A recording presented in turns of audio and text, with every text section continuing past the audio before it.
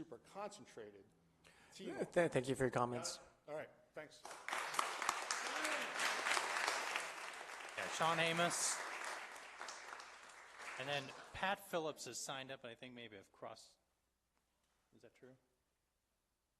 Pat Williams? Or Pat Phillips? Sorry. Go ahead, Shaun. You first. Good evening. I wanted to bring a couple of things to your attention tonight. And first of all, I wanted to talk to Mr. Talbert just for a moment.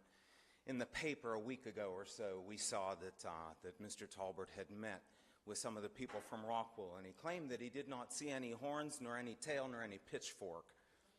Well, I would tell you that if Satan really had horns and tail and a pitchfork, precious few people would end up in the fiery pit. Satan himself is a liar, and these people are liars. When they tell you that no one has ever complained about health problems from their factories, they are telling you a lie.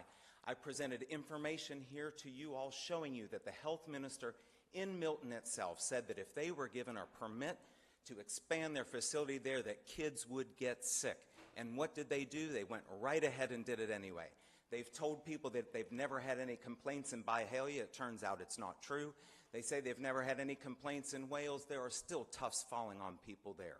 So if you think for a moment that these people are wanting to do you a favor, you are sadly mistaken. But if you really want to smell the sulfur, and if you really want to smell the brimstone, you got to sniff around a little closer to home. Because the real problem is at the JCC and the JCDA. The people who told you you had to build a sewer to this place, they told them that you would build them a sewer. Did they ask you that? Was it your county vision that said we would not have heavy industry in this county? It was yours too. It was yours, Ms. Paunessa, and it was mine. It was yours and it was mine. But they undermined that when you weren't looking, and they promised those people that you would build them a sewer. Did they tell you, Ms. Skinner, did they tell you what was going to be built next to your school? No, they did not. They gave you a brief financial presentation, and the JCC bamboozled you into signing a pilot agreement that had nothing to do with keeping kids safe. They told everybody that it was for our health, our welfare, and our financial benefit. None of those things have proven to be true. What else did they do? Not only are they the father of lies, they're also the accuser. Look what they did to the mayor. Right here on the front page of the paper, Dan Casto's mouth no sooner had left the taste of a postage stamp than this thing appeared on the front page of the paper. On the 29th, that complaint was put down to the Ethics Commission. Not 2 days later, it was already on the front page, out here on the newsstands.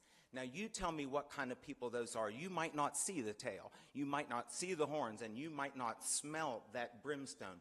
But I'll tell you what, there is a devil in our midst. They've told you that you have to build this sewer.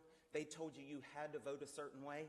Then they come back and say, well, if you don't do it, it'll get built anyway, but we're going to raise the rates on everybody else. They've lied about everything else. Don't believe it. Stand up for us. Do the right thing. Thank you for your comments. Say no to this sewer bond.